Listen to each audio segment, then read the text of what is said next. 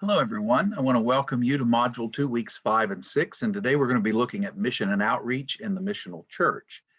One of the things I want to begin and help you to understand as we start off, because sometimes terminology can get kind of confusing. So we're looking at mission and outreach, but remember, there's a distinction between the missional church, which is the larger model within which we're looking at things like mission and vision and values, and in this case, the specific mission and outreach of a church, and the mission and outreach of the missional church. Okay, so we've got missional church, which is a model of self-understanding. And I would define it this way: it'd be the institution, the organization is at its heart a missional entity, which sees itself in its entirety as an extension of God's redemptive mission within creation. So that's sort of the self-identity of the church. The church is missional to its DNA. But in viewing the mission, the outreach of the church, we're speaking of the specific ministry function, the initiatives, the programmings of a church that can be described, measured, quantified in some way. In essence, this ministry described in these terms, directed as these people. So this ministry described in these terms, directed at these people. That's what we talk about. We're talking about a specific mission or outreach. So missional church, that's a model self-understanding that's fundamental, essential. Mission and outreach, that is an aspect or one of the avenues that the missional church expresses itself. Others could be, in addition to mission and outreach, Christian education, could be United Methodist Women. You see what I'm talking about. So mission and outreach becomes a function, initiative, a program of the missional church to the world. Again, you've seen this model. This is the essential model that the missional church, the missional community is here. It's the center, it's the heart, the identity, and everything that we do, including global missions, local missions, outreach, adult programs, worship, all of those are ancillary, not because they're not important, but they flow out of. And they all point back to the missional identity of the church. That's why you see the arrows moving in, and they serve that mission. But actually, these things, the arrow could go the other way if we were saying these things then go out into the world as a form of the church's larger and overall mission to the world. And so just making that distinction between mission and outreach as a programmatic ministry function of the church, whereas missional church is really the self-understanding, the identity of the church at its core. So just wanted to make that distinction as we begin, because sometimes, again, these terms sound similar and they could become somewhat confusing. So it is to this latter sense of mission and outreach that we're now turning, because that's what I want to talk about today. So we really want to ask the question, where do we begin? For most of us, when we think of mission, we think of outreach, it can sometimes feel somewhat overwhelming. So where do we start? Well, let me suggest a few things for you. The first is, and this is an old cliche, but it is deeply true, and it's particularly true in the church. To fail to plan in ministry is to plan to fail. That's just a truism. And so many churches stay paralyzed, sometimes for decades, because of their refusal, their reticence, or even their fear in planning anything that might be oriented toward outreach or ministry. There are a lot of reasons for that. They may fear they don't have the resources. They may fear they cannot maintain the energy of that over time. They may fear that they've expended their energy over time and no longer have that to give or to do. And all of these can be quite valid in many respects, but there are other reasons. Sometimes institutions can just kind of like where they've settled. And you do too much in the way of outreach and it brings different dynamics to bear in a congregation, and that might be the reason. But also understand that there are very clear steps for successful ministry, and we're going to talk about those today. One of the things that I want to address in our dialogue together, the following that I'm going to give you is a general template for ministry planning. Now, I say with this disclaimer that a specific ministry might require its own unique feature or step that these don't necessarily capture. So see it in a very general sense, a very, as templates go, in a very way to step back and generally see that almost any ministry or outreach initiative will need to have these elements, among maybe other things that are specific or unique to a specific ministry that you might that you might envision, keeping that in mind. So here are some steps in church ministry and outreach planning. This really comes from, I've been in ministry now, I've just finished 30 years. So I'm starting my 31st year this summer. So you pick up stuff over time. This really doesn't come from a particular resource as it just does from that 30 years of experience within the life of the church. But I think this does create a general sense of how it is that we do ministry and outreach planning. So I want to share that, as I said, just as the fruit of 3 decades now of doing ministry within the church and within the community. So of course, the first step, because we're a church, we're a believing community, a faith community, prayer and discernment by a group burden for a specific ministry outreach is the very first and most important place to begin. If you find another person or perhaps a couple other people that really you've talked it over and they really have a concern for a certain area, a specific ministry in the community, then the thing that I would recommend that you do is to begin to pray about that and to discern around how you would like to move forward with that. The next thing you're going to want to do, seems to me, capture the imagination or sell it to the group within the church that have often been called gatekeepers. Now, if you happen to be one of those gatekeepers, your task is a little bit easier. But what I mean by capturing the imagination or selling it to one of the gatekeepers, I mean those who can deliver a constituency and can garner support. So when I'm thinking about new ministry or new initiatives, and I've done the work of prayer and discernment, then one of the first things I try to do is to recruit people whom I know can deliver a segment within the church, can deliver support from that. And we all have people in our churches to whom others look for guidance and for leadership. And so if you can bring them on board, then you can begin to create the pathway through which or from which these ministries and these outreaches can emerge. Once you've done that, then you can enlist a larger contingent for prayer support. So it sort of gets out there and it's public, people are starting to think about it, and then you want to ask others, a larger group of people, to pray. Prayer really is something that must continue throughout, not only this process, but throughout the actual ministry or the outreach itself. Another important feature, so you've got a general sense of the need, a general sense of what you want to do. Looks like you have some basic or foundational or tentative support. The next thing you're really going to want to do is to assess the actual need, to gather data and information, to target efforts. Things that our denomination uses, like Mission Insight, can help you to gather demographic information. There are other ways that you can do that. I know here in Marion County, where I'm serving, we have several agencies or entities that can help us by getting us information that we need. One of the most important ones, and I'd been privileged enough to serve on their board, in fact, to chair their board at one point, was Connecting Link that's here in the area. And if I really need to know what's happening in the community and put my hand on the pulse, talking to their director or talking to some of those that work in their office is a pretty quick way to begin to gather information. So you want to assess the need, and there are formal assessments you can use. There are informal assessments. You want to ask, whom are we targeting with this mission? What are their actual needs? And that's where you're gathering data and information about that area. If it's an area of poverty, if it's an area of like an after school program or something like that, you're going to want to find out how many latchkey kids do we have. They're just all kinds of bits of data that can make your ministry much more targeted. And then you want to target efforts and be very specific at that point in those that you seek to reach. You also want to develop a clear sense of mission, vision and value for that particular ministry so that its purpose remains clear. Now, you don't have to necessarily sketch these things out and print them up like you often do with church mission, vision, and values, but at least get a general sense of what it is that you seek to accomplish from that particular ministry initiative, and what things will hold it together. What do you value? Where are the boundaries for that ministry? What can't you do or don't want to do with that particular ministry? These are important questions to begin to ask as well.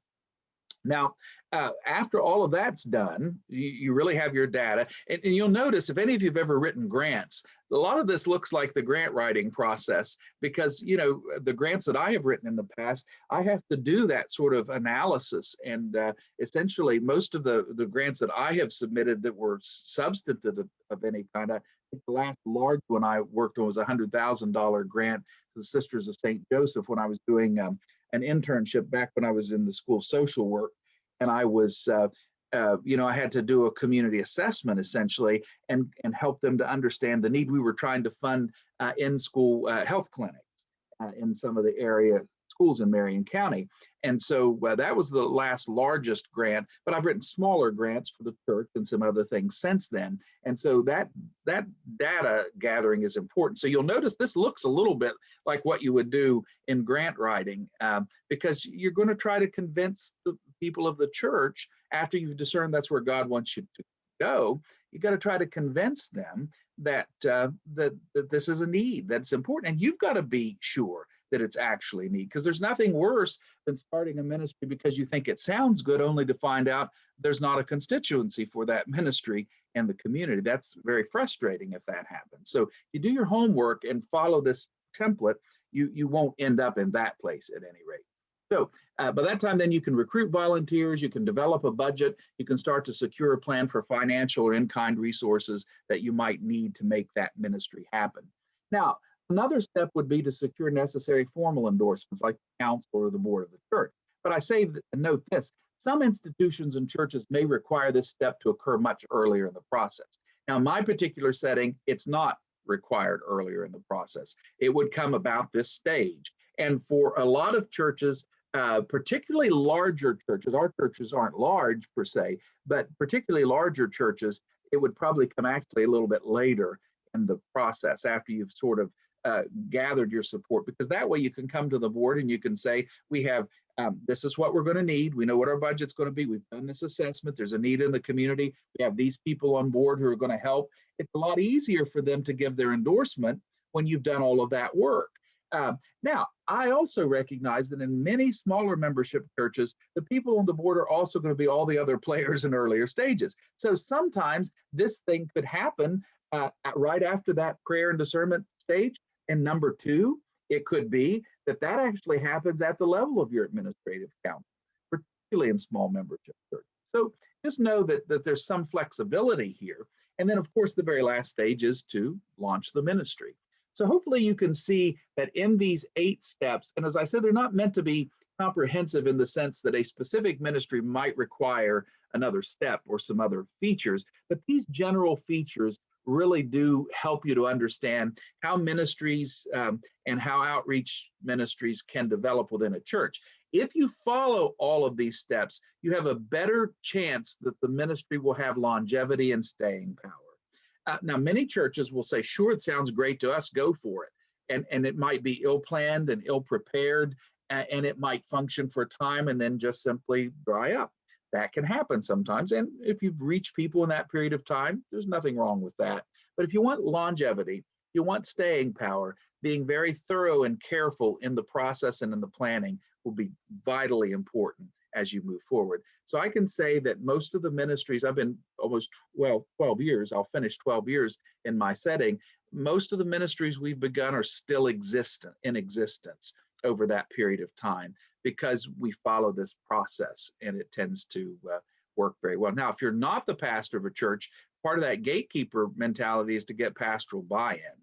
So that's going to be critical as well. I tend to be very engaged in that process and in those things. So, that's not as big an issue, but some churches, it may be an issue, and don't overlook the need to get pastoral buy-in because the pastor would become at least one of the gatekeepers in most institutions.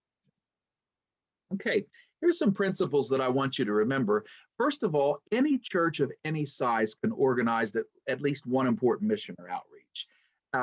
There are a lot of reasons why many churches do not, but every church can have something. Now, I must tell you, in many of the small membership churches I have served, when I first came to Cornerstone Ministries, it was Boothville Charge at the time, it was a small membership ministry. But I can tell you, if nobody else is doing mission or outreach in the church, you can almost always bet the United Methodist Women are. So I remember a clergy colleague saying many years ago that the United Methodist women were obsolete. I thought to myself as he made that statement, what what experience with the United Methodist women have you ever had? Because that doesn't sound at all like them to me. In fact, I will maintain that if you find a church that has almost no mission happening at all, almost no outreach, if there's a United Methodist Women's organization in that church, there is mission and outreach happening. And so why not enlist them? One of the things we were floating just this last week as I was preparing to share with you today was getting, as our offices will get back open again, hopefully with COVID clearing up, we're hoping by fall, our church offices can be open again. And we want to keep just a small little box of food and hygiene items that are available to people who may come in seeking help. And then we can refer them to the larger agencies in our community, but give them some token that might get them through a day with some food and show them our love and compassion. I was sharing that with a person. The first thing they said is, I bet our United Methodist Women's Group want to get behind that and make sure we keep it stocked. Doesn't surprise me in the least.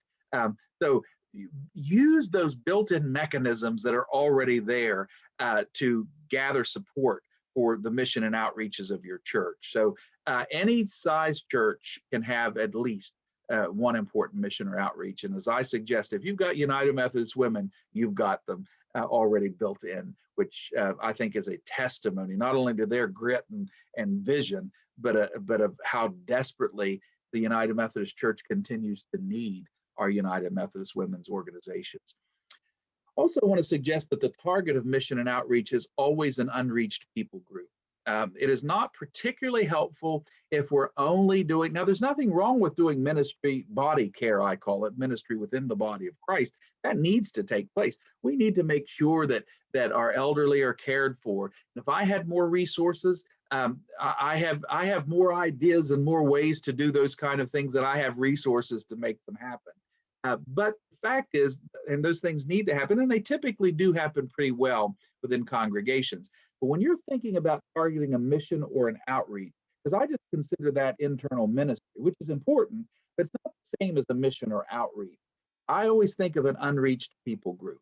Now, just this week, Gallup released, and some of you may be watching this, I don't know what the longevity of this video, it may be used years from now for all I know, but at the time, which was in 2021, when this video was being made, Gallup recently found that 53% of the US population today has no religious affiliation or membership at all. And that really is the lowest, I'm an historian, that's probably the lowest numbers we could determine. Now, we haven't measured them all this time, but we can estimate that attendance or religious affiliation was probably that low before the first and second great awakenings of the 18th and 19th century, because you have very low religious affiliation then. Right after the American Revolution, up through this period, there was kind of the Enlightenment had taken hold, and there was there were much lower rates of religious affiliation in those days. I know sometimes we get a strange picture that's different than that. Many of the framers of our Constitution and the founders of our nation were not exactly anti-religious, but they were pretty mistrustful of religion because of all the sectarian violence that they were aware of that had taken place in Europe, and some of which that had taken place in the colonies before we became the United States, where there were some colonies where it was illegal to be a certain denomination or another, certainly much less a religion or another. And so they sort of bristled at that. And so in those periods, there was a low church affiliation rate. But after the first and second Great Awakening, really religion had become ensconced as part of the fabric, the social fabric of the United States. And that dominated until 1998. And roughly at about 70% membership and affiliation rates, where someone would say, even if they weren't a member of a local church, I'm a Baptist, or I'm a Methodist, or I'm a Christian, I'm something. That's down to 47% now, meaning 53% of the population have no religious affiliation. Also, researchers are finding that 25% of the US population now identify themselves as atheist, agnostic, or the category of none. Relative to any kind of spirituality or religious identity, they choose to have no description. 25% of the US population. So if we're going to focus on an unreached people group, it seems to me like we have a lot of people in our population now, more than half, that we're talking about. Now you get to then the unchurched that still have a religious affiliation below that, and you're probably talking about another half of that figure. So you're probably looking at only about 25% or so having active engagement in church at any given time. That's a pretty low number. That means we have a lot of work to do in our communities. Okay. And I also want to say that any type of church, and what I mean by that, liberal, moderate, or conservative, can engage in some mission or outreach. All of these groups believe in the importance of mission and outreach. They just have distinct priorities. So in the liberal traditions, you'll have those who are much more interested in alleviating human suffering or improving the human condition through education or services. Moderates will kind of span that, have that interest, but they'll also share some things with conservatives relative to religious conversion and personal piety and religious belief. So it doesn't matter. And, United Methodists span that spectrum.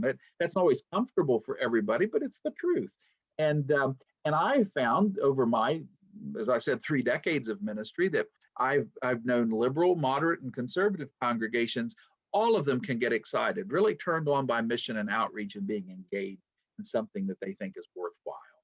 So there really isn't any. You can't really suggest that, well, if you're this kind of church, you're not interested in mission or outreach, because I have not found that to be true. Most people, when they think they can make a difference, are very happy to do that. You also, that you have found your ministry and outreach stride when the program fosters its own enthusiasm, volunteer base, and adequate resources.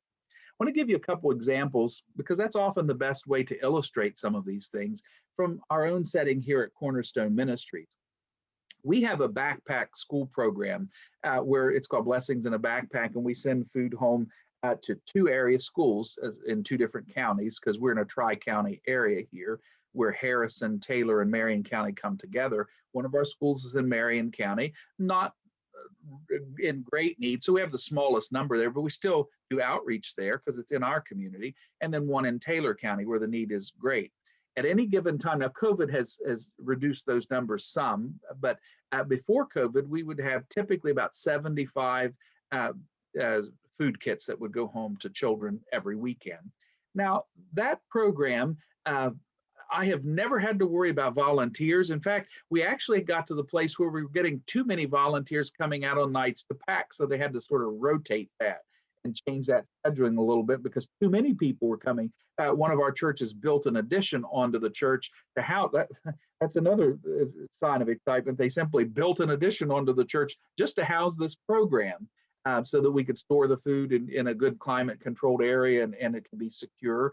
And so the space that we had to rotate the number of volunteers that were coming in at different times. We've never had an issue with resourcing or funding of that program. And it costs several $1,000s a year. I would estimate that program costs probably roughly $10,000, $11,000 a year to maintain and run. And we've never had any difficulty keeping that because it is a ministry and an outreach that people believed in. It had broad ownership and support when it was started, and people feel good about it. And so it just maintains its own enthusiasm, its own volunteer base, and its own resourcing. Another example that I can talk to you about, and I'll even mention it again a little later on, is our current program we have in development, which is to actually launch a new congregation for our churches. And it's going to be called Celebrate Recovery Community. And I'll tell you a little bit about how that works in just a moment, but this is something we're working on now, and there's a lot of excitement and a lot of enthusiasm about reaching the recovering community in our neighborhood and supporting people on their journey to not only sobriety, but wholeness and wellness, and for the church to be central to that, and for that to happen within a context of a worship community, not just a class or a program or an outreach, but within a worship community. So that's something that's starting to happen now, and there's a lot of enthusiasm for that. I've had members who themselves are in recovery that said to me they cannot wait to participate in this program and to help others because some along the way have helped them. So these are just some ways in which you can tell you've hit your stride with a particular outreach when you don't have to worry about the funding so much and the volunteer base and the enthusiasm for it. Now, having spoken about the importance of planning, let me also suggest that you cannot overlook those times God seems to simply drop ministry opportunities in your lap. I would be remiss if I didn't mention that to you. You need to understand they're not mutually exclusive from planning. It's not that if you either plan or God drops things in your lap. Sometimes you can plan, and when God drops things in your lap, it's more about God's timing than anything else. Now, let me give you some examples of that. One of them will be go back to the celebration ministry that I'm telling you about, but let me start with the Cornerstone Parish House. Our offices, we have an office and ministry complex center now. It's a house that we've converted, but it really meets our needs tremendously in being a center in the community to which people can come, uniting the identity of our three churches together as they have this common space that they can meet in and do ministry. But securing this office complex or ministry center was in our 10-year plan that we published in 2017. We published it and brought it before the Charge Conference, having worked 2 years on it. We brought it to the Charge Conference in 2017 and we published it. It was due to start in 2018. It was to run over 10 years from 2018 to 2028. Now, we thought the Office Complex and Ministry Center would come toward the tail end of this period. At best, our best thoughts were somewhere midway through. So we were looking at somewhere, around 2023 that if all went well, that maybe this property, we didn't even know where it would be yet, would become available.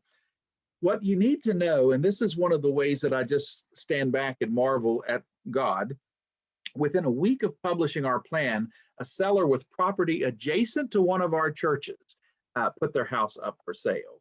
Now that was pretty exciting to us, but you still don't know what that means. So the trustees and the charge treasurer approached me within days of the posting. We ended up having a charge-wide informational meeting to talk to people about it, to gain a sense of where the people were. Everybody was welcome to come to that meeting. We had a large turnout at that meeting. And so everybody at that meeting said, yeah, we think this sounds pretty good. Let's investigate and let's talk to the sellers and see what they want for the property. Because we had no idea we knew what they were asking, and it was something that was doable, but it seemed a little bit beyond what we wanted to pay. So the family selling inquired about our need for the house. Once we talked to them, what do you want to use the house for? And once we told them, they were so supportive of the mission that they reduced the price by $20,000 on the spot, bringing it right to where we wanted it to be. In fact, that matched the price that the church had paid for its parsonage that it had bought probably about 15 years earlier. So 15 years has gone by. It was really a comparable structure to the church parsonage, and we were able to get it for that same price. So they really reduced a lot of property appreciation that could have happened over that 15-year period. And so the church thought, we did that before, we can surely do this again. And so we entered a tentative agreement. We gave them a small amount of money that night to start the process. And because, in the United Methodist Church, as we should, we have a lot of administrative and denominational things we need to do. The district trustees had to be involved, and we had some things at charge conference. We had to have a special charge conference and things we had to do. But all of that happened. And we found we also had sufficient pledge support for the mortgage. And we've been in the facility for 3 years, including through COVID. And I was a little worried, I must tell you, going into COVID, but we haven't missed a beat. We've never been in financial jeopardy around it. In fact, I think the excitement around this made sure that even our churches did not know any financial difficulty through COVID. And that's not true for every circumstance or situation out there. A lot of churches are hurting through this period, and we haven't been awash in cash, but we've been doing pretty well. And I actually believe it is this focus on this project and ministry and mission that's kind of kept that engagement very high. So that's one example. The second example has to do with what I've already mentioned to you, the Celebrate Recovery Ministry. We've been praying for several years, at least since 2017, probably back to 2015. We've been praying about developing a Celebrate Recovery Ministry. We were set to begin training leaders when COVID hit. So this was back in 2019. We were getting ready, or 2020, we were getting ready to get started with that. And we've been even feeling that we wanted to adopt a unique approach to Celebrate Recovery by having a Celebrate Recovery church gathering. Instead of just a meeting, we wanted it to be in the context of worship on Sunday morning, or at least Sunday at some point. Now, here's what I'm talking about. So in both these cases, we'd had a plan. It had come out of discernment. It had come out of prayer. Gatekeepers have been brought in. People really were supportive of the plan. But the timing, we didn't have a sense of the timing. In both these cases, I'm demonstrating to you, God had a timing that was faster than our timing. It was unsettling for people like me who like to be very careful and cautious in planning. This was somewhat unsettling, but God has done this again and again. So in the last 2 months, we were approached by one of our members who had gone on to seminary. She had moved out of the area and was not attending the church, still a member of the church, not attending the church, but was going to seminary. And she contacted me about working here as a seminary intern. Well, now I had known her and knew that she had years of experience as a Celebrate Recovery leader. So we prayed and we talked about it. And she will be joining us as a seminary intern for an entire year beginning in September. And she will help us to launch what we're calling Celebration, a Celebrate Recovery community, as a fourth congregation of Cornerstone Ministries beginning in September 2020. It'll be meeting in the Janes Memorial Church because they have church early. And by the time they're cleared out, then celebration can begin. And it can run through early afternoon as an entire process. And so he will help us to launch that. And if you asked me 2 months ago I still had no idea when Celebrate Recovery was going to happen.